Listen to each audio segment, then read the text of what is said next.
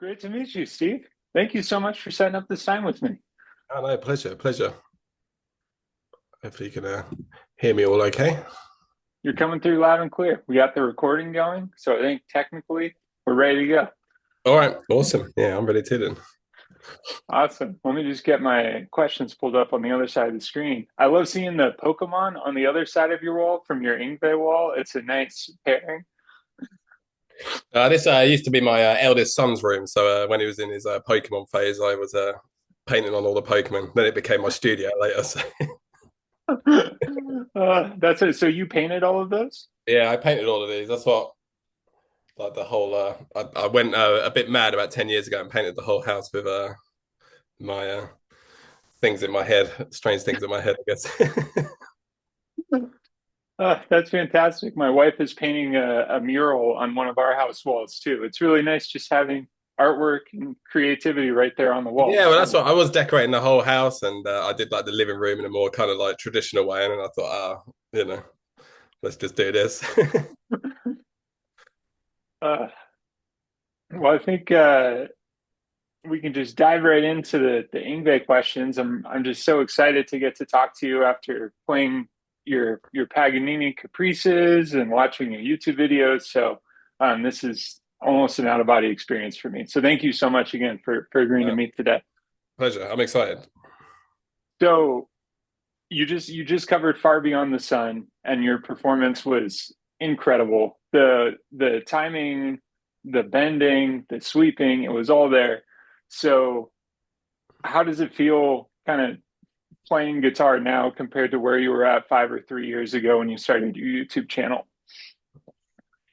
Well, I'm always obviously trying to improve. That's like the life's purpose kind of thing. So that's what I've been playing for nearly 26 years now. Mm.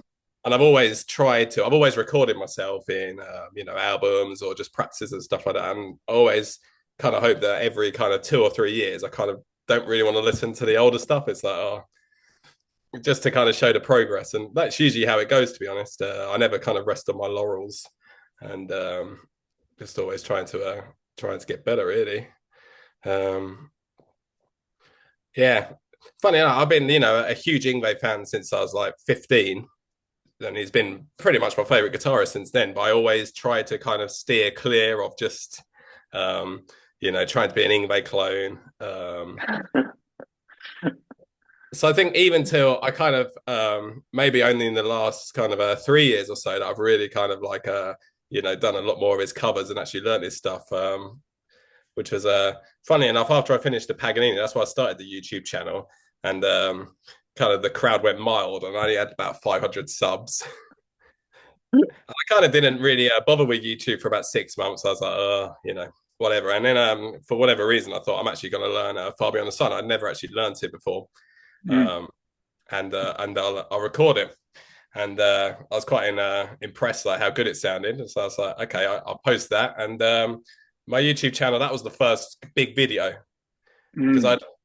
my kind of like 2 years before that, I just spent doing Paganini, and I had this dream of like I'd post this hopefully world class video of like every single caprice on guitar, and it had like 200 views. I was like, it's really difficult when you start out, and I was like, so yeah, so that was the first time my channel started getting some actual popularity kind of thing and people subbing. And I did Far Beyond the Sun, then Black Star, I'm a Viking, and Now Your Ships Are Burnt in like a week or so. And like Now Your Ships Are Burnt, that went viral. Well, I don't know what would count as a viral video, but yeah, that's coming up to like 200,000 Viral for you. views. Yeah, viral. 200,000 views. Yeah, Wow. so that kind of like blew up. It was like almost overnight. Like I had like 3,000 subs in like a day, kind of thing. And but a week or so, it was very quick, and all of a sudden I was monetized on YouTube, and what I'd been kind of going for happened like really quick. Um, Wow. so yeah, that's kind of what I continue with for like that's what I'm just kind of like go with that for now, kind of thing. And allowed myself probably for the first time to actually really kind of like show the influence a little bit more, because he is like the biggest influence on my playing, always has been. maybe I tried to hide it a little bit more. I was gonna say, so it sounds like you kind of had this like push-pull relationship where like you're listening to Ingve, you're learning neoclassical, but you're like, I'm not just going to learn his songs note for note because Yeah, for some reason, I can't think of any other guitarist because that's what I really love, like Stevie Ray Vaughan, Eric Johnson, Frank Marino, and they're all like massive Hendrix fans, and you can hear the Mhm. influence. But then they're just always called like disciples of Hendrix. But whenever that was like the same with Ingve, you're a clone instantly. So I always try to. I never wanted to just be labeled an Ingve clone because I've got I think I've got my own style of playing as well, and with when I do my own things, and but yeah, so I always, but I can live with it a little bit more kind of now. It's like I don't mind. I consider myself kind of like an expert in his playing now, I guess. it's a really good call because like you do a cover of Scuttlebutton that's Hmm. incredible because that song is like you like I hadn't heard Scuttlebutton. I had a Stevie Ray Vaughan like greatest hits and that wasn't on there. So all of Okay. my Stevie Ray Vaughan knowledge was like the traditional stuff, if the house is rocking and Texas Flood and everything. But then a couple of years ago, I hear Scuttlebutt and I'm like, what the heck is this? Yeah, no, This crazy pick and lick. yeah. Well, when I was like 17, 18 or so, like I started playing when I was about 14, but I was like kind of really anti-blues. You kind of think, oh, it's That's three for note. old people. BB King plays like one note in a solo, and people think it's great. And I was just like, ah. And I was at music school for 2 years here in England, and the first year I was kind of one of the best players, and then the second year a lot more kind of a more still my age, similar, maybe a couple of years older, but a lot more mature musicians who were like blues guys Mm-hmm. who just like destroyed me because they had like the blues nuance and the feeling they're playing, and I didn't have that at that point. It was just like Paul Gilbert licks, and it made me realize that you if you're going to be like a great rock guitarist, you've got to have that blues nuance. Even if you don't necessarily want to be like a blues player, it's like it's important to learn that. So Stevie Ray Vaughan was the one guy that like I kind of resonated with, and I actually really loved his music. So yeah, I spent probably like around that time learning like every Stevie Ray Vaughan um, tune and stuff just to get like the blues vocab. But that was like a you know renaissance really for my playing at the time. Put me on like another level because then you went beyond from just being like a technical guy to actually like having tons of feel and you know all of Emotional that. expression in your playing instead of Yeah, just the constant 16th notes with arpeggios. exactly. So that's what I don't even consider myself like. I never really considered myself since then like a shredder, like per se. I always came from phrasing, and that's what like when I kind of pick up guitar, it kind of fits it more into like the pentatonic boxy type thing at first, anyway. So you know. So what do you think? It's interesting here you went to music school. So like what did you get out of that experience compared to if you had just tried to be learning on your own? Good and bad. Um, yeah, going back anyway. I started when I was like 13 or 14. I can't remember exactly. It was around the year 2000, and none of my family were musicians, and I didn't know any musicians, etc. I didn't. Yeah, it was like generally you have the age of discovery when you start getting into your own music. When you're like 12, etc. And that's why I was actually just a massive Queen fan. It was just Brian May, and that's why I just wanted to play guitar because I wanted to make that sound. Yeah. I didn't know anything about music. I wasn't ever, that was never shown to me kind of thing.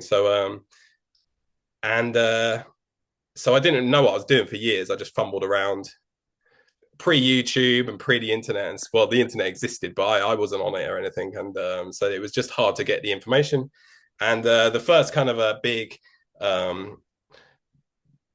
useful resource that I got was there was a magazine in England called Guitar Techniques. I don't know if you've heard of that, and like Guthrie Govan wrote in there before he Mm. was famous. Dave Kilminster, who's become the guitarist in Roger Waters for like 20 years. Jamie Humphries, who's and Sean Baxter, who these are all kind of like famous educators for the guitar, and they all taught at this music school ACM in Guildford, which is I'm halfway between London and Guildford, so it was only just like 12 miles down the road kind of thing. So I went there for 2 years, and yeah, it was massive from going from like small town school, not really having all these influences and outside. It was kind of going into the big world for the first time. So yeah, it was just meeting real musicians for the first time, playing live constantly. Because that's what I remember, that I never played in front of anyone at that point. And the first week, Uh, the end of the week, you would always, because you'd have like the drum part of the school, bass, vocals, and you'd all have your classes. And at the end of the week on a Friday, you'd come together and play a song, never rehearsing, but you just get called up, your name up, you get four people there, and you play the song. And the first one was Blink 182, so really easy. yeah. But I got on stage and I was like this, just like so nervous because I'd never played in front of anyone So it was that. It gave me the confidence. Um, I don't think I ever learned anything, technically on the guitar or like music theory and stuff like that. I kind of did that, but it gave me the experience of like actually being a musician and playing with other musicians and learning all that craft. Um, the only bad thing, it kind of like killed my dreams because at the time, this was like 2003, 4, 5, like the music industry was in a bad place. So, and, that's what I was just like, oh, I'm gonna go. I had dreams of like I'm gonna go to Japan and be a shredder. Then they were like, yeah, shred's dead. That's not gonna happen. Join a covers band, No. get students locally, and that's how you'll make a living. And that's what I did for like 8 years after that. That's why I just played in covers bands and I taught like kids who basically their parents were pushing them to like learn. So they never had any instruments. So it just like killed my soul really. And it even got to the point that at the end of I was 28, I stopped doing that. And I didn't even play guitar then for 2 years after that because it had just become a job. Wow. So that's definitely a good life lesson is like, now you have to play what you want to play. Even if it's just a hobby and what's the point of doing something if it's not fun anymore kind of thing. So um, Right. that's why I always, you get people that say, oh, I want to be a professional musician and stuff like that, which is great. But, think about like the bigger picture there, like what that's really going to look like. And that's really what you want to do. Because, yeah, Well, I got lots. I like your Yes. dream of going to Japan and being a shred master. That's like everybody's like, oh, we'll just be Marty Friedman and we'll get a huge following and it'll be great. Yeah. We'll speak Yeah. Japanese and And unfortunately, yeah, at that time, I like kind of limited my beliefs, and I ended up just like staying, in London and like playing. I was in covers bands, obviously, and that would make money, great. But then I did my own band at the time, and I played in some metal bands, and like just played then for like I guess like 2005 to 2012, and would just like play to no one, empty pubs. I've done an empty pub gig or two. I'm Yeah, familiar with that and you just experience. all you ended up doing was playing to the other bands. So the experience would be you'd watch their sound check and then you'd have to watch them again. And then 4 days later, you'd have another gig and it'd be the same band. You're like, oh, Christ, I can't take this.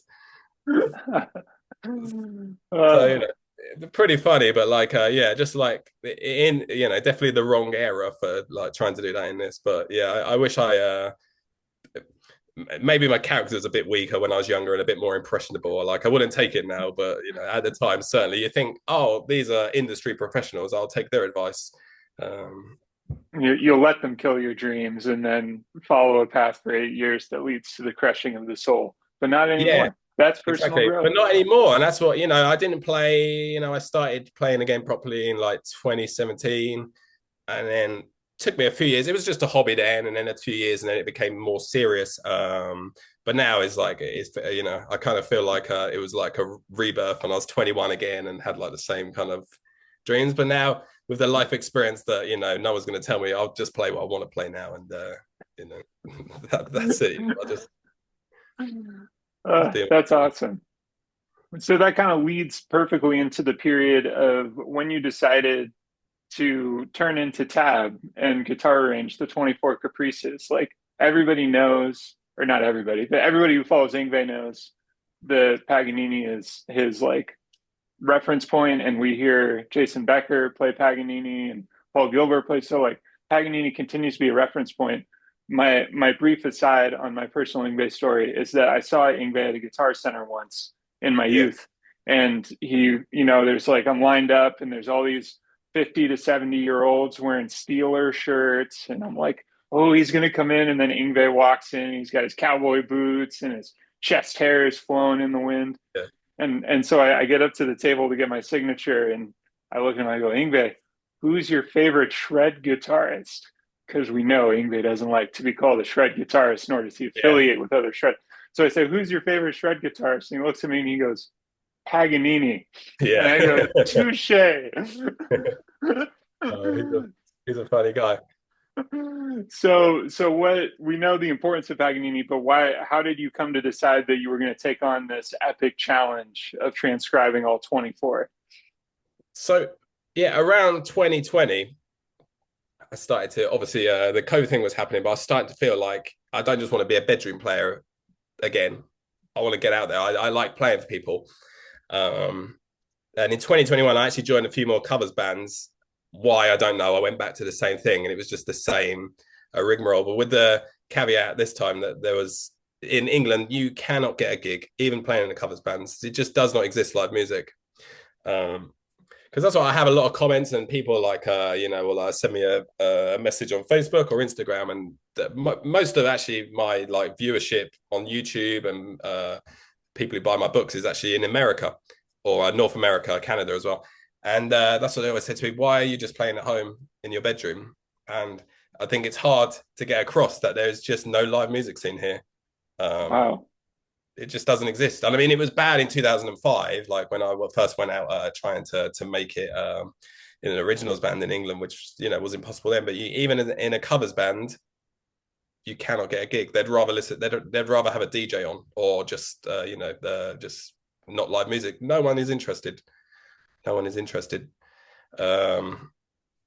Yeah, so yeah, it's difficult. I want to desperately. That's what that's what I really want to try, even if it's just clinics or something, and just get out, because yeah, it's nothing's the same as actually when you get out, and you know it's a bit more dangerous out in like a real life than just like playing at home. Yeah, well, you get the shakes, like you said, with Blink 182. It gets Yeah, I mean, everything's firing. I got over that. I've played hundreds and hundreds of gigs, and you learn to get over that, or cope with it a little bit better. Still get nervous, of course, but yeah, no, I would like to. And yeah, I was in a covers band and we couldn't get a gig anyway, but it made me realize that, oh my God, what am I doing again? I've gone back to the same thing of what like stop this. So that's when I really started to, you may not believe this. I don't think a lot of people believe me on this, but I never knew of this big like movement on YouTube of guitarists in like the 2010s. I think I never watched. I always watched YouTube, but I never watched I'd watched the guitarists that I liked or other subjects, but I never realized there was this. So I missed a trick there, because I'm 40 now, so I'm like older anyway. I could have like been in 2009 have my own YouTube channel. Then I'd probably been bit further down the line or whatever. But You could have been there with Paul from Guitar World. I don't know if you've seen any of those old. This is Paul yeah, from Guitar World. Today yeah, we're chat like that. exactly. I That could have was the been there. That golden was age. yeah, in the golden age of YouTube, exactly. And so I started to become more aware of watching like guys on Instagram, and honestly, even in 2021, I was just thinking, why are they just like, these are great musicians, like world class. Why are they just like in their little home studio with like the purple light in the background and all this kind of thing? And for whatever reason, I had an epiphany. It was like, okay, this is how you make your living as a musician now, kind of thing. This is, so I kind of got out of the this old mindset that I'd had for such a long time, and decided, okay, I'm gonna try and start a YouTube channel, because I think I'm just as good as these guys are, and I've got a lot to offer as well. That's what there's amazing musicians now, and maybe sometimes they're just missing like the feel kind of thing. So I think that's what I can, I've got something to offer. So and I was thinking, and one thing I always did was arrange classical music for electric guitar. Like I do Bach and all this kind of thing, just for fun, and record it, and Beethoven sonatas and all this, long time. And so I thought, I'm going to do that, and maybe I can like teach that. And then I remembered obviously I knew Paganini 24 Caprices because of Ingve and Paul Gilbert, like you said, all of that, it's kind of big thing for the like shrapnel guys that I was into um, when I was in my teens. And I'd actually had a big moment because I remember I read about Ingve talking about 24 Caprices. So I went to the shop and I bought it. And I didn't realize I'd actually bought like the flute arrangement. So I got it on the CD. And I was like, it's a lot nicer on the flute than it is on like violin, which is like, and I was just like, okay, it's nice, great. And I never thought about it. And then one day I was just flicking through the TV channels, and there was it's on YouTube. You can check it out. It's Alexander Markov. I think it's in 1988, and he plays the whole thing in Vienna Opera House without a break. Just plays the whole thing on violin. Wow. Because you actually, most violinists and even Paganini never played the whole thing all at once. They're That's just, crazy. yeah, There's there are two. 24 of those things. Yeah, there's It's 20, too and that's much. the stamina and everything. It's like you've climbed 24 mountains kind of thing. And that had a massive effect on me when I was like 17 or 18, because I was already into like virtuoso guitar playing, and that's what I wanted to do. But that was, at the time, that was a like massive moment, because I thought, I don't just want to be like this. I want to be like, have the refinement of like classical master and the whole package. That's really like what I'm always working towards. So I remember that, and I thought, do you know what? I don't think anyone's actually ever done the whole thing on guitar. I've actually seen like tabs, transcriptions, and that, but you never see anyone actually playing them, because it's always like 8-finger tapping, and it's almost like a work of fiction that they just wrote in. They write in, Guitar Pro, and they thought, look how clever I look, kind of thing. I don't believe that anyone actually ever played it. I've No. seen lots of guitarists playing like 16, 24, 2, but never the whole thing. So I thought, I'm going to give it a go. And yeah, I gave myself actually 3 years when I started, because I did the first one took me a month to, well, my process was I'd sit down with the laptop, Guitar Pro, and I had the score, and I'd write out a tab first from the musical notation. Then I'd learn it, and you change the fingerings, etc., to actually work, and then get that to like performance level, and move on to the next one. And the first one took me like a month or so, and I thought, okay, it's going to take me like 3 years, I reckon. I'll just do that. And I had like a few dreams. I wanted to, one, actually write a book from it. Two, actually learn to play them. Three, film them, record them to release as an album. And then the fourth one, which I hope to do one day, is play them live in like a concert. That's my dream. So that's why hopefully I'll get a big enough following on YouTube or whatever that can become a reality one day. But in the end, it actually took me a year and a half, because I just spent all my time, it was like 8 hours a day, 10 hours a day, just learning these constantly, and Wow. So for 8 hours a day, you had the score, you had your laptop, and you had just your sat there, and guitar. I worked, and I was fully, and for some reason I had in my head, it was almost like an arms race that someone else out there was doing at the same time. Oh, And I that had to creates a lot of motivation. You got and to I win. thought, yeah, and that's what I had. And it's really ridiculous now, but I was really worried that I'm going to like go onto YouTube one day and some other guy's done it. Um, and I would like, and then I'd have just been following a trend or something like that. So, yeah, that was the thing. I mean, like I said, like the crowd went mild when I put it on YouTube and stuff like that. Um, but yeah, I published a book, and that sells like an amazing amount of copies, just constantly sells. And I've never promoted it; it just just sells copies constantly. So, which is really Well, that's nice. yeah, I can attest to you not promoting it because I had been watching. I had like two or three Ingve books. Like Chris Brooks put out an Ingve book, and I had tracked down some Badio materials that were neoclassical. And then I found when I turned on to the Paganini thing, I was like, oh, what if I wanted to learn Paganini because Ingve says he learned Paganini. And then your book popped right up, and I was like, "Oh my gosh, I think this is what we need." yeah, I think I filled a gap in the market that like needed filling, kind of thing. So like excellent. And I'm really proud of it. And because I learned them so quick, they didn't stay in the memory, in the long-term memory. That was like I moved on to the next one and I forgot them. So I'm actually learning them again now. Oh, you're Um, in the process of relearning. I'm relearning them, and that's what maybe I'll do a second edition of the book one day, because it's amazing. Even like 3 years later or whatever, that the fingerings have changed, etc., and stuff like that. Oh, So yeah, that's what I just want to learn them slowly so they go into the long-term memory, and I can just keep on top of them then because yeah, I remember bits, but like most of it I just forgot because it was literally I was getting to a point where I was actually doing it one a week um towards the end because I just got really efficient with it kind of thing. But so I would learn it, record it, then record it on video, and then I would never play it again. So that's what there's even Yeah. bit. Sometimes I watch the video and I'm like, I don't even remember this piece of music. So. So this is a perfect segue into your practice routine. So like how do you sit down and practice today, even for this Paganini pieces? Well, a few things. Um, and I've thought about this because that's what I teach people online still. The fun thing now, I teach people and they're all advanced players.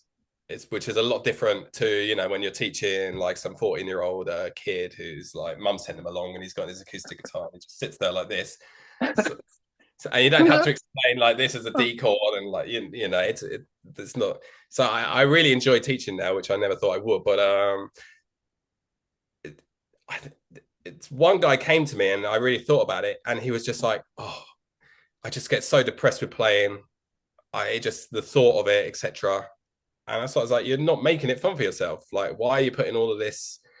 It's just meant to be fun." So I never have any goals like, "Oh, today I'm going to achieve this and I'm going to practice this." I just like, I've always got something I'm working on. And I will practice it, and I'll get there. But yeah, I'm very patient. Um, so I never have like any structure really for practice. I just know what I'm working towards, and I just want to be better at something every day, and just get better constantly. And I've played long enough now, 26 years or so, that it's like doesn't happen all immediately. It's like it's a lifetime of just and sometimes you don't play as much because you can't because adult life takes over. That's why I've got a young family now.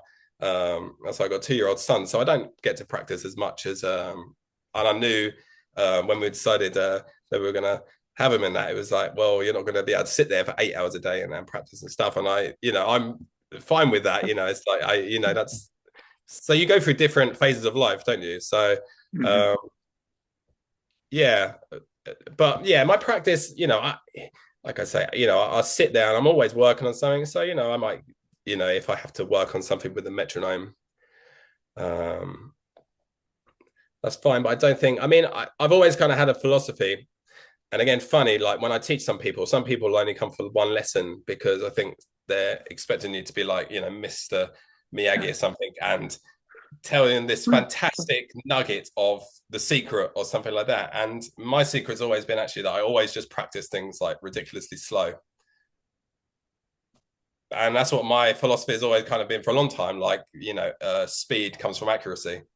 Mhm. So I've never, ever in my life and I like people like John Petrucci would do this. Like, you get something on a metronome, you might start 80 BPM, semi-quavers, and then work up to 200. I've never done that in my life, ever. I've always just like practiced it like really ridiculously slow, like half speed, 60 BPM or something like that, until you can't forget it or you can't make a mistake. And then in time, like the speed and the efficiency and the accuracy and everything has come from that. I can just do it then at some point. That's always been the way I worked. Definitely sometimes I will work on something on a metronome and try and push it up a little bit in increments of speed or something like that. But yeah, no, I honestly have never done that or never could do that. Actually, I've tried, and you get to like 140 or something. It's just like I can't push past this on the yeah. So not that it's a bad thing. I mean, it obviously works for a lot of people. It's just finding your own kind of like your own process, I guess, for practice. But yeah, that's what always worked for me, and that's what always slow because you, you drill in the muscle memory Mhm.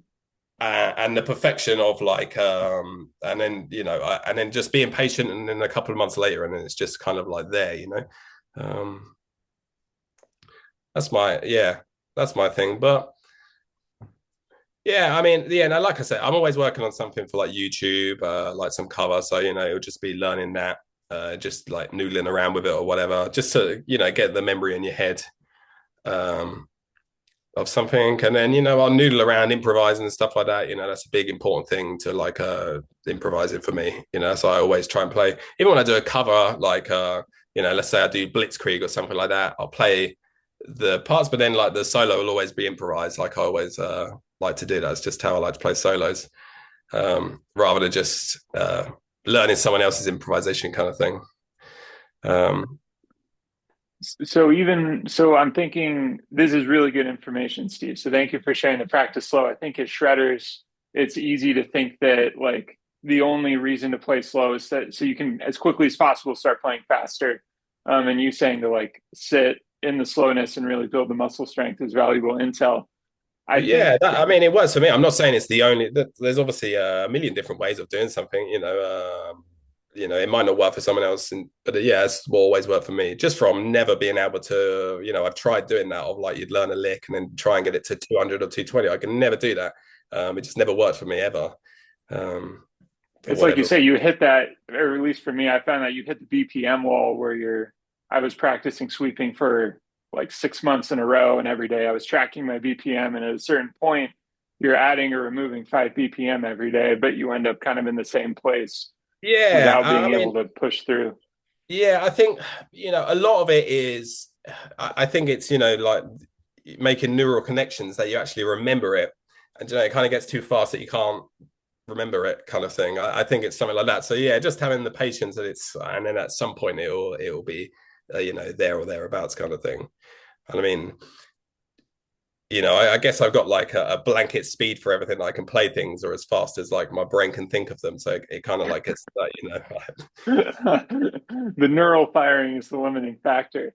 Uh, yeah, I guess so. I mean, it's definitely a physical thing as well, because that's like you get like certain guys like Sean Lane and Chris Pelletier, where it's like a different level of speed, um, which is I don't think it's possible for me to attain. I think that's definitely a like kind of physiological thing.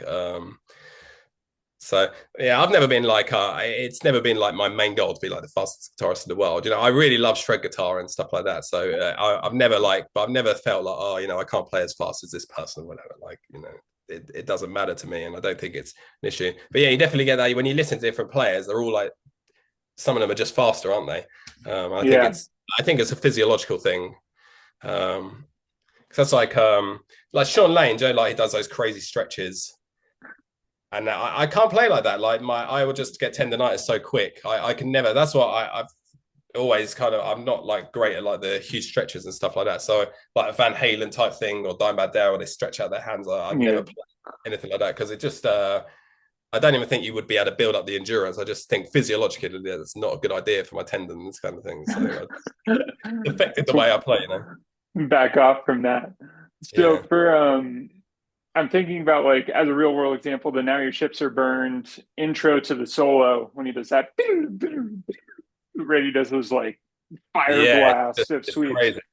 How do you we understand that the goal is to like break it down slow, but like at a certain level your pick angle and your sweeping mechanics combined with being able to place your hand on the fretboard for that.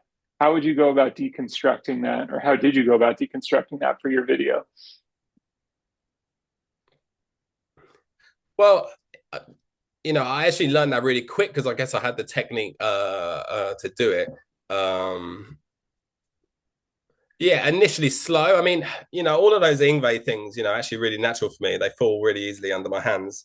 Um, it maybe because I've been playing that kind of way and hearing that thing for like such a long time. But yeah, I definitely broke it down slow that you're getting the picking strokes like locked in because that's like it's those sextuplet or 6 notes blasts moving around the fretboard. So it's like a downstroke and pulling off on the top string, and then it's all picked for the next bit. So it's just like cool dynamic of hammer-ons and pull-offs, like mixed in with the pick and a bit like Paul Gilbert.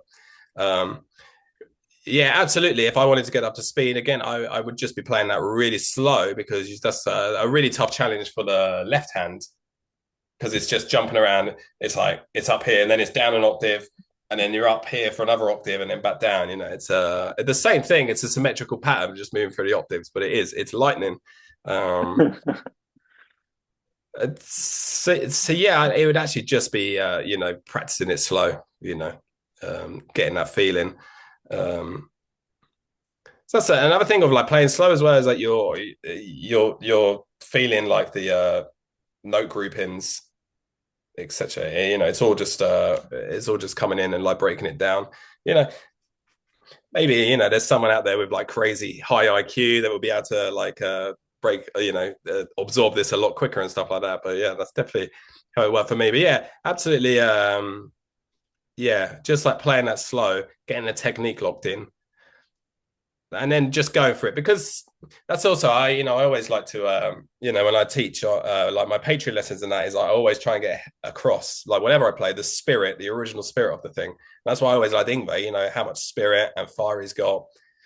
Early Paul Gilbert Fury. as well, like Racer X is just like such aggressive picking, and you can't just be like, if your guitar's up here and you're just like trying to get it all perfect, you're not going to get the attitude in there. And it needs to be rock and roll. So yeah, absolutely. So really, yeah. Initially, I would practice that slow, and I did, but then you just got to go for it, and you just got to be aggressive. You got to pick it really hard and go for it.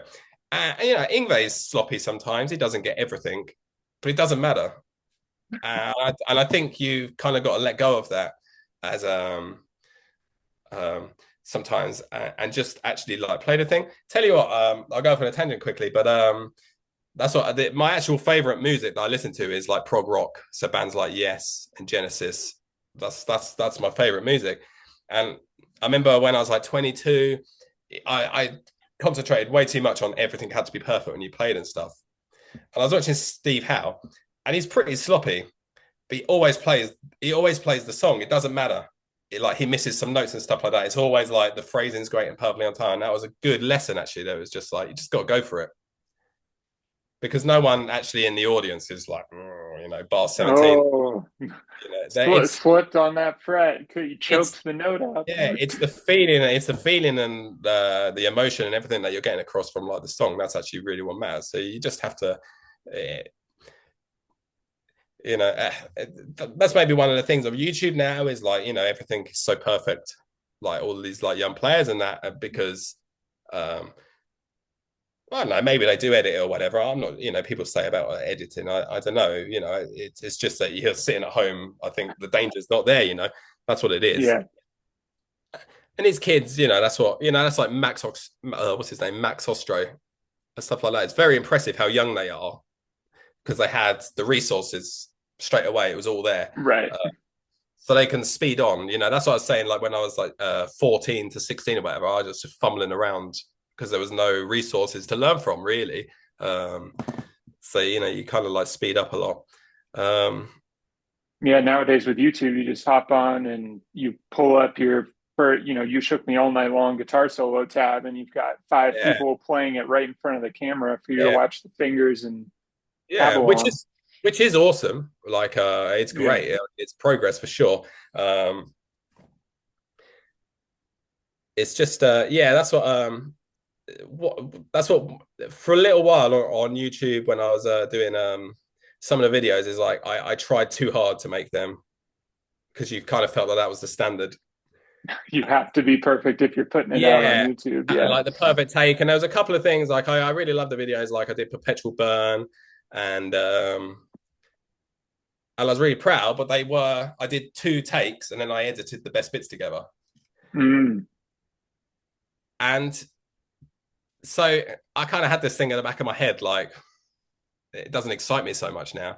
Um, Well, you got to keep the fun, like you were saying, when all of a sudden we're obsessed with every note being perfect and having to like record it beforehand and then do a perfect video yeah, take. yeah, You and lose that's what. And it. even if I would do things in, and that's what Michelangelo. I mean, the guitar changes halfway through, so I did that in three separate. I did the intro, and then there's an improvised solo that I played on another guitar, and then it's the rest of the tune or whatever. Um, so taking away some of the danger. But yeah, I did a video for Viking Kong, and that's what I like that video because it was like a change that I was just gonna from now on I'm just gonna play it through and improvise the solo, and it is what it is. I'll just do it in one take, and that's what the phrasing's not always perfect in the improvised solo and stuff like that. But who really gives a shit? It was the attitude, like Yeah, and you were covering Viking Kong, which is like the Yeah, I mean, coolest deep Paul Gilbert Ingve cut there is. Oh, nice guitar. I have one too. oh, awesome. Malmsteen or oh, This it's is like kind of the same thing you did, where I picked a '70s neck and then did a cool metallic paint body, and then these yeah. are HS3s. That's the great thing about Strat, isn't it? It's so simple. You just can put them together yourself. Yeah, That's what and that's what I just did actually. I just made this week. oh, look at So, this. so this is my 2004 Strat. I had a white Strat I've got with the backwards headstock. This is Yep. the original neck, which has just been sitting on a shelf, and the original pick guard from there, and the fender pickups. And I got this sunburst body for £25, and the bridge for 9. So I got a new guitar. Well, a new old guitar for £34. That's incredible. Where did you find a 25-pound strap Just body, on by the way? eBay. That's what the guy said. I think it's a Squire. I don't know what it is. It's actually really light, but the sunburst on there is really nice. So it doesn't seem like it's a cheap, it's a, it's, I guess it's older. It seems like a real body, but yeah, it sounds good. So I'm happy I got a sunburst strap that I always wanted. So Wow, congratulate. Very cool. It's the strats. It is funny when we think about all the time we spend into like looking at like different bridge types and different models of strat and different neck carves. And it's like just whatever you got, whatever's available, you throw the parts yeah, together and you end up with something that's playable. yeah, that's why I like Fenders, like Telecasters as well and all that, because you can just get like you just the bolt on necks in general. I just love that you can just change the neck. It's not like a Gibson where it's like, well, it'd probably break anyway, but like you're stuck with it. Can't change the neck. So Uh, well, I definitely want to cover some guitar stuff too. But in terms of Viking Kong, we were talking about keeping the fun in the playing. I didn't know if there was anything else you wanted to cover on Viking Kong before we move into the next questions. well, just on that, it's just like always make sure it is fun. Like, it's meant to be at heart, it's a hobby, I guess. And if you want to make a living from it, great, or whatever you want to do, you want to make it your life's purpose, great, or just you just messing around, whatever. It's just meant to be fun.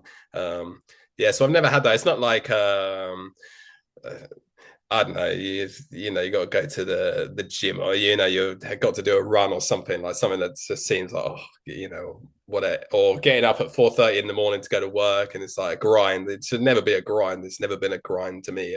Well, it was, and then that's why I stopped playing it. But yeah, I can never allow it to become a grind. I just love playing. If I could, that's why I've always got guitars like in every room and like nearby. And if I can pick it up, and even noodle around for like a couple of minutes, I'll play a lick. Great. I just love guitars. So. Get That's the the main. strings under the fingers. Yeah. Yeah, it's just needs to be fun, but at the same time, not be like a complete slave. Because if I go on holiday, a few times a year for like 2 weeks, I don't take a guitar. Like it's nice to have a fresh perspective and get and not think about it then, and uh, yeah, that's what actually when I stopped being a musician, I actually worked in the fitness industry. Like I don't train anymore, so it doesn't look like it, but it is that's what you'd speak to people in the gym and that, it's like, oh, I'm going on holiday and the gym in the hotel is awful. And it's just like, what's just don't train, go and have a holiday. And, nothing's going to happen. You're not going to lose your gains in like a week or something like that. I think that's the fear. And maybe in guitar, people think that they're going to lose their technique. And it doesn't. And that's why I didn't play. Yeah, I didn't play electric guitar for about 2 years, maybe nearly 3. And I was really rusty when I got back, and I was a bit like, my calluses had disappeared in that. But after a few weeks, it was all back there, so you don't lose it. It just is rusty. So yeah, just always have fun and yeah. If I think you should never have any dread of anything that you do in life. What's the point? It's like you don't live that long. So. Yeah, there's this concept that you have to be suffering. Like if your fingers aren't bleeding and you're not spending every waking minute, then you're not going to be a good guitar player. Maybe that's just the internal dialogue that's It's the keeping us down. consistency. Yeah, that's what I've learned of everything that I've done in life is like consistency. The same with like gym. If you're training and you're training like bodybuilding or something like that, it's not going to happen overnight. It's going to happen over years. All the little things. And if you have a week off, Um, yeah, I always used to, yeah. So as a PT, I always used to use this analogy with clients. Like if you ate like a like a fried breakfast, or let's say I don't know something more. If you ate like a diet of Twinkies and then you had one healthy meal a year, you wouldn't be healthy. And it's the same the other way around. If you ate like every meal for 365 days was healthy and then you had one like bad meal, it's not going to do anything to you, kind of thing. And it's the same with guitar. Like if you have a day off and it's not, nothing's going to happen, it's just you really, you want to play for like your whole life, don't you? So a lot of people might play for 50, 60 years, and it's that, the consistent thing over, so yeah, if I don't play, if I adult things happen to you and you don't play for a few days and nothing happens, it's just you just carry on where you left off. that's Oh, my uh, that's my I'm feeling advice. better already, Steve. Thank you. This is great insights. Yeah, it's really important. Yeah, so I had a lesson with one guy a couple of years ago, and that's what he had the same thing. He just had this huge. It just like he was, oh, I've got my training journal, and I write this down, and I feel really terrible, and like I don't hit my goals. And I was like, you're not making it very fun for yourself. Just chill out, and just enjoy it. Yeah, that's my advice. Oh, thank you for that. Guitarists everywhere are calming down, which is Yeah, good. I remember when I started learning Ingve, and I was like, all right, if Ingve started playing when he was 4, and then by the time he was 17, he knew everything he needed to know to be Ingve, I've got 13 years to match his pace. So, like, yeah. here we go. But that puts so much pressure on. It's not good. I mean, he started young and he had his like 10,000 hours, or probably a few times over that just earlier. That's all. That was the difference. Yeah. Um, and it's the same with like Max Ostro and people like that. They just had their 10,000 hours earlier. And plus, and Guthrie Govan as well is like a big hero of mine, and that's what he started. He says when he was like 3. So, like what was I doing at 3? I wasn't, probably like Certainly sticking not playing something to a guitar. VHS machine or something. Like Seeing how far you can put your finger in an electrical socket. Yeah. exactly, yeah. So yeah, Uh, we all have our own pace, and that's what I even know people who started in their 20s and that, and they become great musicians. They just started later. That's all. So yeah, just enjoy it. It's a lifetime of like fun. You know, it's just yeah. If you're not enjoying it, at the end of the day, it's music, isn't it? And it's art. Like audio art, and if you're not enjoying it, no one else is, kind of thing. So that's true. Yeah. yeah. Making your audience suffer as you suffer, not Yeah, I mean positive. it's the human condition, isn't it, to make things really difficult and a struggle, and it doesn't need to be. You know, I certainly don't struggle over like the guitar. Like it's just something I really love. Um, I'm going to uh, take that with me. So thank you for that insight. well, it's a pleasure. It's a pleasure. Well, I think we can dip into gear a little bit. I have a bit of a gear acquisition problem, as many guitar players do. So I wanted us to have a lot of time talking about practice and inspiration and mindset, because I think those are the things that people don't hear enough on the mainstream guitar YouTube channels. But Yeah, we're talking about Ingve, so we're talking about FS1s, HS3s, and YJM Fury pickups, and we're talking about DoD overdrives and Defender overdrives into MXR's latest overdrive. If you were making a tribute album, so no one's seeing your gear, but you're trying to get perfect Ingve tone, what pickup and overdrive pedal do you choose? that's what I definitely like. My favorite pickup is FS1 now, which I only yeah, this gold guitar that I got, I put together in a year ago now, February 25. I'd never played one before then, and I was that's why I knew I was kind of make a tribute Malmsteen signature type thing. I didn't know if it was going to play well, and that's why I was thinking about pickups, and that's why I was going to maybe put in Furies, which I've never played, so I can't say. I don't like the modern Ingve tone, but I don't think it's just because of the pickups. It's all the compression and delay and all that. Pickups are a smaller part than that. So I was Mm-hmm. thinking of HS3s, which I've had in some guitars as well, and that's what I thought. And I thought, okay, I'll try FS1 because my favorite Ingve tone is Alcatraz and Rising Force, which is FS1.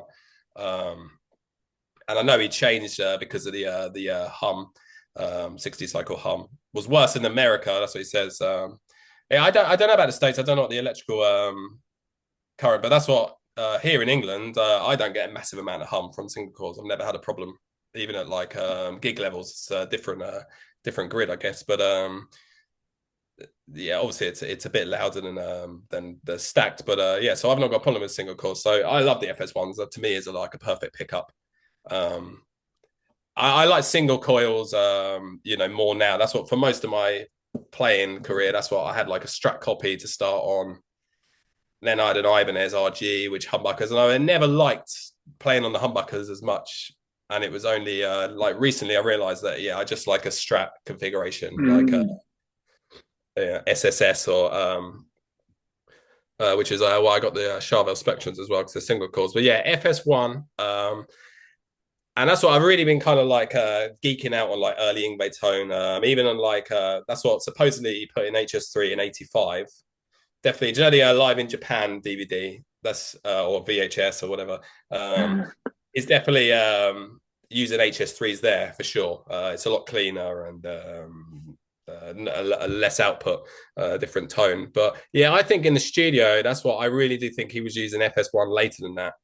Because that's Mm. what I transcribed. I did a lesson on Patreon for You Don't Remember, I'll Never Forget solo, and it's all on bridge pickup on the recording. But with the HS3, that's a lot thinner sound. So I just can't imagine that it's on an HS3. So yeah, I don't know for sure. So yeah, I would use FS1 absolutely. Um, I mean, I've got an amazing amp. I've got JCM 800, 1985 JCM 800, which is, if you look at the schematics of a JCM 800, it was still like the chassis of a Plexi, Hmm. just with some, it reacts a little bit different. That's what the Plexi. I've never owned one. I've played in them. That's what when you turn them up all the way, there's less gain, but they kind of like compress and they're a bit more rubbery. Where the Hmm. JCM 800 is a bit stiffer. It doesn't. Neither's better. It's just a different way it reacts. But yeah, so I get pretty close with a JCM 800 that it's like a real amp. And I put it into a load box, so I have a 100-watt Marshall in here in this turned up to 10, and it goes into the load box, and all you can hear is the fan, and then it comes out the monitors here. What load So box are you using? two note captor. Um, yeah. Nice. That's cool. And that was a massive. I've always recorded my amps, mic'd them up, which is an issue. And even when I've gone into like a rehearsal space or studio and you mic up an SM57 and it's up full, it still was always really disappointing to me. The tone, it never, you weren't getting the tone of the room kind of thing. Because that's the great, people think so much, it was this guitar, it was these pickups, but it's the room that you hear in records. They're always using the same gear. I mean, how different like does Van Halen's tone sound on every album? Right. Because of the room sound. But yeah, the load box is great because it's so consistent that you're getting the full amp, and then that goes into a virtual cabinet, which is two notes as well, the wall of sound. Um, and I And just they've got use all the room settings in that plugin, which is so that's it. cool. So I have it in a cathedral for the reverb. Here's you sitting in the cathedral. Yeah, it's something like that. Yeah. So I had the cathedral, but I use the speakers in the virtual cabinet are the 70-watt, 5-watt Celestians, which Ingve uses. But I used to when I had I don't have any when I used to have 4x12 cabs. When I used to use those, I always used to have the GT 75 two like this, and then I'd have the vintage 30s. So I had a mix of speakers Mm. on my cab. So sometimes on the virtual cabinet I have that a mix. I usually just use the GT 75, which is quite a scoop sound and tight. And then it's just an virtual SM57 to mic it up. That's great. I just had the tone I really loved it, and it's the same every time, pretty much. Because sometimes like your amp sounds amazing. Oh, I've got this sound. It sounds like this today. Or you go into a certain room, it's like, oh, this sounds great, and then you go into another. If you're playing in pubs, like you go to another pub and it's a horrible sound. So,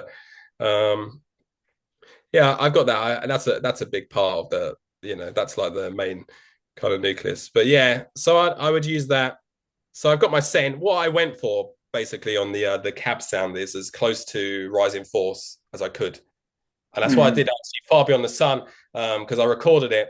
I got a new version of Logic, and I was messing around with the reverb in there, and that's what I was really trying. And that was when I recorded Far Beyond the Sun. I thought, okay, I'll do another video because I was just really going for that tone, which is kind of like Really smooth high mids and very kind of mid heavy sound, tight bass, not very trebly. Um, that's another thing with like those old amps, because that's what I've got. Sometimes I've got the Studio 20 DSL Yep. 20 watt, which is a really great amp. Actually, I'm really surprised because it cost it's like £350 new. But it's got that Marshall sound. But what I do like about that is it's got a very tight low end, like a more modern low end, I guess. But they're always harsher in the treble. The Yeah. old amps, even if I have my treble and presence up full on like JCM 800, it's just warm. So that's what you can't beat on those old amps. That you never get that really harsh treble, pickaxe type treble. So Yeah. yeah, that's a big thing. I mean, I know modeling's really great now, and I do use like a digital, modeling of like cabs or whatnot. But the actual amp, I don't think you'll ever beat that, a valve amp. And, obviously, you could get into a massive argument with people and stuff, which everyone's got an opinion. But That's right. yeah, that's what I've always. It's just the way it feels like a valve amp. I've always loved that. But I do love. I've embraced the technology of like that you can actually have all the virtual cabinets and still be able to have like a Marshall amp up to 11 in a very small space. Because that's Yeah, what I I think used you've to got use the that. perfect combo. Yeah, I used to use that for gigs, that thing. And if you got past 1.5, you couldn't hear the cymbals anymore on the drums. It's so loud. It's just like it would just disappear. And actually, a funny story on that. I'll go for a tangent. When I've seen Ingve 4 times, but when I saw him the third time, which was 2009 ish, it was when Ripper Owens was singing and Perpetual Flame tour. Mhm. And it was a small venue in Shepherd's Bush in West London, Shepherd's Bush Empire, which is a bit like a pub, really. There's a bar that side and a bar the other, and it's just just a few hundred people. And he had his wall of Marshalls. And honestly, when he was playing, you could not hear the rest of the band. And there's a few times like it's like bang into like an A5 chord and just drop out, and then like you'd hear it fade in, keyboards, drums. So those old amps are just unbelievable power, and they're just not usable in today's age. So the fact that load boxes exist and they can take it is great. So and then on a pedal board, I do use a noise suppressor, NS2 like Ingve, and I've got the overdrive I use is the DoD 308, the black one, the original Yep. signature. Man, I love that thing. I had the Fender one, and I actually bought 2 of those MXR ones, and I sold all of them. I really didn't like the MXR. I was really disappointed in that pedal. It was so Wow. compressed. Yeah, it just sounded. Yeah, and I love MXR pedals. Like all my modulation pedals, like chorus and that, are MXR. Like the Mhm. like Phase 90, like the Van Halen sound. I love that. I always use that script a lot. And the micro chorus MXR I really love. But yeah, so it's that the black Ingve signature, the original one that came out, I think around 99 or something. Yeah, the That's what I've DoD got. pedal. Yeah, that's what I've actually got 4 of them now. Whenever I see them on eBay, I just buy them because I think if it ever breaks, that's like a big part of my sound. So I'm just hoarding them now, like Joe Bonamassa style on the scale.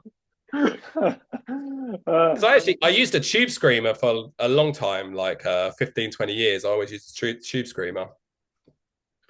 And when I got this JCM 800, I had another one.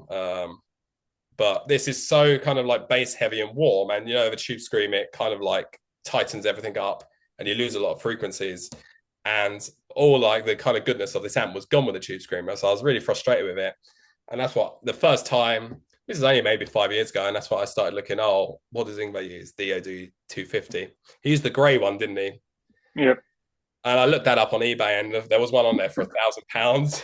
I was like, well, I won't be doing that. So I was looking at clones, and I got a clone,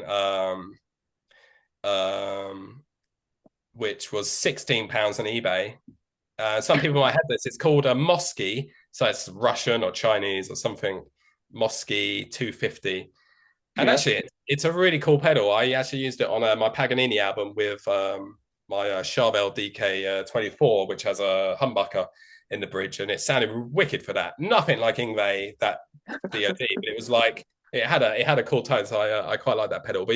Uh, but yeah, I did get the 308 then, and that's an amazing pedal. What I like about it is it boosts all the frequencies, but it's kind of like got this really nice kind of like sparkly top end on there. So it's very musical and opens everything out. So, if you play like a AC/DC riff on there, it's really open. Mm. With a lot of overdrive pedals, they kind of hone in on a frequency and compress it. And you lose a lot of it's just completely changed the sound of the amp. You kind of, at the end of the day, you want an overdrive to be just to give you a bit more boost, and a bit of flavor. It's food analogy. A It's little bit like, more sizzle. yeah, and it's just a bit of seasoning, like the amp's your steak, and you just want a bit of salt and pepper, so yeah, no, Uh, so I'm dead set. I don't think it would take a hell of a thing to make me change to something else now. Um, you've got four of those DODs. I'm cracking up. yeah, That's no, funny. I just because I love it so much, and I was just thinking, what if it breaks? What if it breaks? Yeah. I'll go back to a cheese screen, which is fine, but I'm not going to be as happy with my sound or whatever. So, yeah, that's why I just kept seeing them on eBay, and that's what I bought. I actually bought two of those MXRs because I thought, well, surely they're going to be really close to these, and no, not at all. Yeah, Yeah, I think like you said, hearing his pretty much after 2000, Ingve's tone becomes so different. And I don't know what that is, if it's him being in his studio and just having full yeah. control or I mean, what. definitely. I think he's and like I'm serious about this. I think like he's got hearing damage for sure. Oh Uh, yeah, so he's not hearing the treble the he's same not way hearing the as he trouble, was and I've before. noticed that with all musicians, even Alan Holdsworth, and I loved Alan Holdsworth tone. When he got older, his tone it sounded like the Paul Gilbert as well. Like they put a towel on their amp, and all the treble's gone. Because I think it's all like I think there's little hairs inside your ears, I think, and that's what like 3000K 3K destroys. So I think that's gone from Wow. decades of playing, and I think that's what it is, and they can't hear it anymore, so they don't dial it in. So I think maybe when you get to a certain age and you've been playing this, get someone younger to dial in your tone, because and especially as Ingve, it's like, oh, I mix all my albums and produce them. It's like, yeah, we can tell, like they just sound terrible, like the AI could do a better job. Uh, his tone now, I just think he has so much compression because if you notice, if you like wax out an A5 chord or something, it's got that like a noise gate. It just takes a Yep. split second to come in. It's and yeah, I can't stand his tone. And it's definitely for a long time I thought, oh, it must be the pickups, but it's not going to be those. I imagine those. I've not played a Fury. I imagine it's their version of an HS3, maybe a little bit hotter. Um, Hmm. that's what with the FS1 on my Charvel Spectrums, I wanted to put an FS1 in, but they're not routed for the flange, to the D shape. Oh, And I cannot get FS1s without. You can in America, you could order them, but there's no one that will get me one over here. So I tried a Seymour Duncan SSL5, which is their version of an FS1, because they made which you can buy any Seymour Duncan without a flange. You can just get them. They give yep. you that option. So yeah, Dave Gilm actually used FS1s in the 70s, and to Seymour Duncan to get him to come over to their side was made him that pickup. So it's actually very close. So that's what I use in there. So I imagine they've done the same with the Fury, that they just make their version of an HS3. So yeah, it's all the other stuff like the amount of delay and like I really don't like it. The vocal quality on Parabellum. Yeah. I can't listen. I mean, to be honest, the last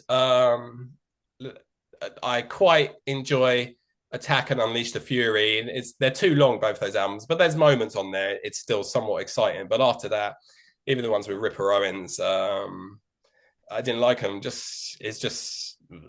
And then actually, I bought Relentless. The last one I bought was Relentless on CD. I was in the music shop and I said, "Oh, Ingve's got a new album." And I bought it, and I nearly threw it out the window on the way home. I listened to it in the car because I was like, "That's Didn't the even worst make thing it I've ever back to heard." the house. Out the Yeah, I window. couldn't. I couldn't even, and I've never listened to that album the whole way through. And I've never listened to. I've listened to a bit of like Spellbound on Spotify, and I'm just like shocked. Like, how can you be so bad? It's just. It's, But then but out of that time period came the Philharmonic Japanese symphonic performance. Yeah, So absolutely. Yeah, no, absolutely. And yeah, I must say, I think like late 90s, early 2000s, like his technique like kind of hit a new kind of like peak. And I do like his playing around there. It was like the last stand kind of thing. But how many? That's what I saw Deep Purple a couple of years ago, last year maybe, and they're all like 80. And it's just like, yeah, okay, nice. But you're not watching them in their prime, but fine, good luck to them. They're still going or whatever. But you listen to Machine Head and Fireball, and that's what you want to listen to. And it's the same. I can't think of any band who, once they've got past their peak, who still make land, groundbreaking albums like later on in their career. So, um, yeah, that's how I do it. yeah, So, his I think it's the same for everyone. But yeah, I don't like his tone now. But I did actually go and see him again in 2023, end of 2023. I was umming and ahhing because he came to London a few times before and I hadn't seen him, and I was like, okay, and it actually was really good. To be fair, so I was pleasantly surprised that he was still kind of on it. Obviously, not the glory days. well, it's never going to be the glory days of him and who would be original, but Jeff Scott Soto and Yeah, I mean, coming out to, oh yeah, yeah, it's a shame. It's a shame that he can't kind of get over and have like some sort of reunion. It would be good. Like it would sell so much as well, like so many people would be interested. oh Um yeah, yeah. Because that's what there's a lot of tours, because that's what I did see there was some kind of like backhanded comments from Ingve on Mark Bowles and Mike Viscera were doing a tour. And I saw he made like some comments somewhere, and he didn't like it, that they were like stealing his legacy and all this kind of thing. It's just like, but they've got a part of it too, like so. yeah, What's they were happening? there.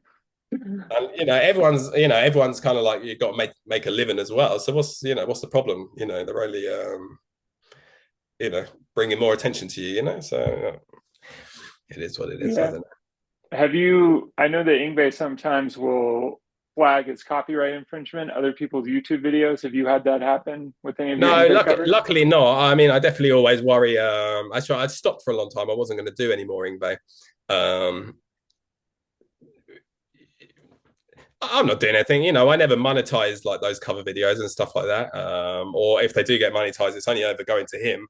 If it's like 3p or something like that. So, but so I did stay clear. I mean, I think covers are okay. I think if I did lessons on there, like he'd be after me maybe. But Mm, yeah, I mean, that's why I started a Patreon now, and that's kind of going to be like one of my main focuses of like not just Ingve, like all neoclassical, but like I've been doing Ingve lessons on there, which is a lot of fun. I really love playing this stuff. It's great fun. That's what I don't think it's doing him any harm. Like it's a shame because that's what I've seen videos of like Steve Vai, John Petrucci, Marty Friedman watching covers of their tunes, and they love it. yeah. I mean, it's an honor kind of thing, isn't it? That someone like, if anyone ever wanted to cover one of my tunes or something, can like tag me, I'd be like over the moon. I know I'm small fry compared to Ingve, so but yeah, yeah, I don't understand that. I think it's a lack of vision, like what it does, like because when he's like dead and gone, like does he just want his music to die? People have to carry on, and yeah, so I don't, that's the only way, that's why people still remember Bach and stuff like that, because they seen his sheet music and like carried on playing it and had their influence in it and stuff, and that's what you still remember him 400 years later or however long. And that's the only way. You got to let other people talk about you as well. Like yeah, there's a lack of vision. Yeah, and it creates that community, like you said. I think I like to imagine that when I look at an Ingve, and as we know, every Ingve cover is him just staring at you. And I think he's like challenging you to learn his music, but without telling you what it is. Like he's intentionally not going to tell you what he's doing and Yeah, then no, drive you towards the absolutely. gear. And that's Yeah, that's like the crooked path is like you need my $2,000 scallop Stratocaster, and then you need my $2,000 YJM head, and then that's the direction you have to go because you're not going to get any of. He says he doesn't sweep, and he says that yeah, his action is 5 millimeters high, and it's like you just can't listen to him because he's Yeah, intentionally yeah. misleading you. It's sometimes it's a kind of a cringeworthy. Sometimes I think it's he can't. Do you know he was so far ahead when he came out? It must be nice, mustn't it, being the king of the hill and all this kind of thing. And obviously, people are going to catch up. It's the nature. Like in sport, someone will be really, Usain Bolt could run that, and then people are going to get closer to him and say, that's the nature of things. Someone raises the bar and they go. And I don't think that he got surpassed a long time ago, and that people understand what he's doing. And that's what people didn't understand what he was. That's why when I first bought tab books, in like the early 2000s, they're a work of fiction as well, because even then people didn't understand what he was doing, with economy picking and all that kind of thing. So I just think it's that, but which I don't understand that attitude in life. No one's going to take away his legacy and like what he is and stuff like that. So yeah, I only think. Yeah, I only think I felt really bad. There was a few channels that got shut down, and they weren't doing anything wrong. They Yeah, weren't doing anything wrong, and that's what they put in. I know how much work it takes to put into a YouTube channel and stuff like that, and um, yeah, how much of your time you put in. So yeah, if you've like built your channel over years and then it just gets turned off one day, um, that's yeah, devastating. it is devastating. Yeah, it is devastating. That's what I don't condone that kind of thing at all. I don't understand it. I really don't. Well, Steve, we've got about 9 minutes left on this meeting, so we covered a lot of ground today. Is there, I guess, on the to wrap up the gear thing, I think would be a good last question for me. Like, do you ever struggle with spending more time tone hunting than playing, or like searching for a gear pedal? It sounds like you've got some eBay 15 pound purchases you've made, but like, how do you balance the gear with the actual playing? I mean, to be honest, absolutely honest, I was never interested in gear when I was younger, which I think was a blessing. I was just happy with my white Strat, and I had a Marshall valve amp, and I was happy with, and a tube screamer, and I was happy with it. I always just kind of concentrated on my playing. I have got into gear more lately, and I think it's important because you understand the sound that you're trying to make. Because that's all it is. It's just a tool, It's nice to get these things. But yeah, I did go. That's what I went a bit mad the last few years with like acquiring guitars and stuff. That's what you start thinking, because that's what I really love Charvels, and that's what I was like. I'm just going to start collecting old Charvels and stuff like that. Yeah, I just about ran myself in. That's what I play those Charvel Spectrums, which I love because they got single coils like a Strat, so you can put like Strats pickups in there, but they got the Floyd Rose and backwards headstock and all that kind of thing. I love those guitars. Also, as well, to kind of step away that you're not instantly like Ingve clone, that kind of attitude, that you got your own thing. So yeah, definitely like Ingve stuff I play on a Strat. But when it gets to like Jason Becker and that, you want a bit more of a flatter radius and like ease of playing up here. 24 Set. frets so that you're not having to do a Yeah, three well, I fret like. bend. Yeah, that's what I've decided. That's one thing. So, I played the Strat for so long, and I got that Charvel DK24, the pink one. I did 24 Caprice on, and I was getting so frustrated with the neck pickup on there. Didn't matter what pickup I put in there. Like I put one from my Strat, and I was like, it sounds terrible. Why? Put HS3 in there, everything, and I never thought about it. It's not in the right place. It should be on the 24th fret, so it's closer to the middle pickup. Which is why I stopped playing that guitar in the end, because I was never going to be able to get the sound that I wanted. I love, a Strat bridge and a Strat middle.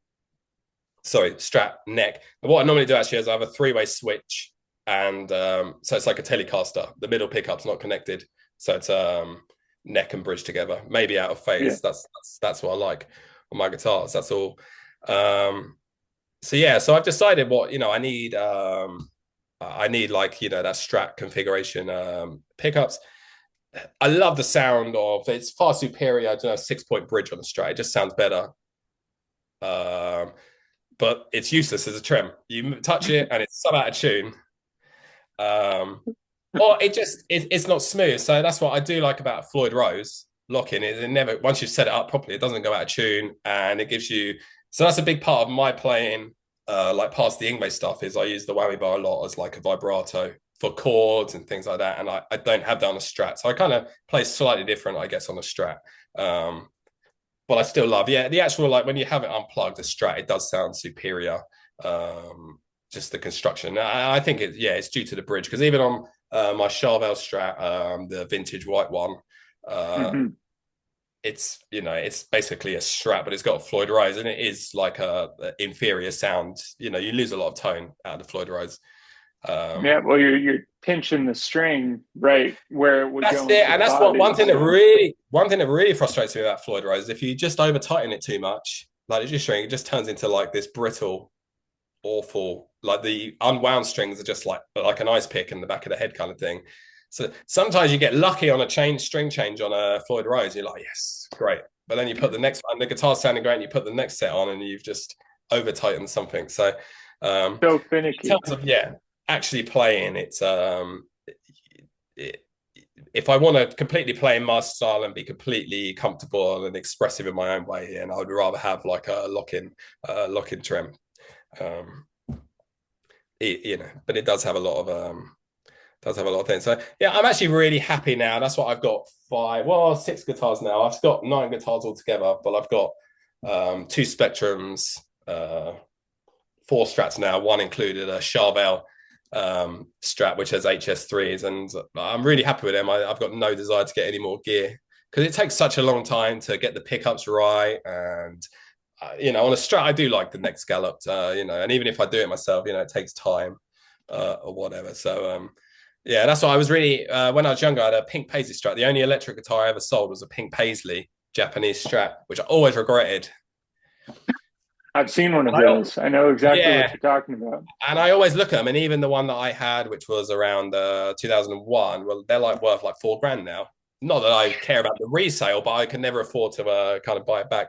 And they actually had one for 2025, pink Paisley Japanese Strat with a 70s headstock, which was like 1,500, which I think was massively overpriced. And then I thought, well, I'm going to have to buy pickups for it then, another 300, and then scallop it. I don't know if I want to scallop a brand new guitar myself, so that's going to cost 400 quid to get it Oh done. man. I was like, I don't want any more guitars. Like, That it's important to think about that. Like you said, all the setup and the pickup changes.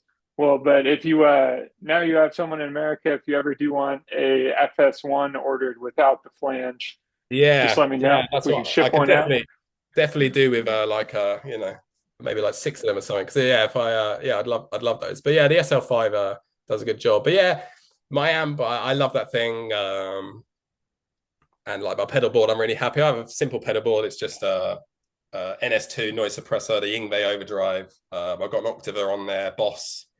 And then I just got a Phase 90 MXR phaser, the Van Halen one, and a Micro Chorus MXR, and that's it. And a wah, Oh, which I never use, but it's on there kind of thing. And good to have one just in case you want to do it's boom good. chops. Actually, I did a cover of Blue by Yngwie. I actually did probably like the only wah wah solo I've done in my life kind of thing. Because they're hard to use as well. Like, you have to be like a master that thing as well. So. Well, Steve, we got about a minute and a half left, and I don't want it to just cut before we get to say goodbye. So let me say just thank you so much for sharing all these insights and your voyage on guitar. This has been really informative. No. It's been a pleasure. Yeah. It's nice to help people. That's what I've got a lot of experience and stuff like that. So I definitely always try and get across to just enjoy it. Like like anything in life, what's the point? Kind of halfway through my life now, saying that's what I realized, that there's no point. You waste so much time in your 20s, etc., like sleeping on people's floors, and then you're like, oh, why am I here, and all this kind of thing. It's just like, and you kind of start thinking, I'm not going to do that anymore. I'm just going to, just do the things that actually matter and I enjoy, and that's what. Yeah. So I love guitar. I love playing it, and yeah, definitely want to like raise my profile and keep building YouTube and get to more people. But yeah, but I still enjoy it. That's the main thing. Well, I'm going to keep watching, keep spreading the word. So I look forward to seeing the future videos that you're putting out, and I'm on your Patreon too, so I'm getting notified on Oh, that. awesome. Yeah, that's my main focus for now. Awesome. Well, Steve, have a good rest of your day. Thanks for meeting with me at the end of the day on a Sunday. Cheers, Lincoln. Farewell. Take care. You too.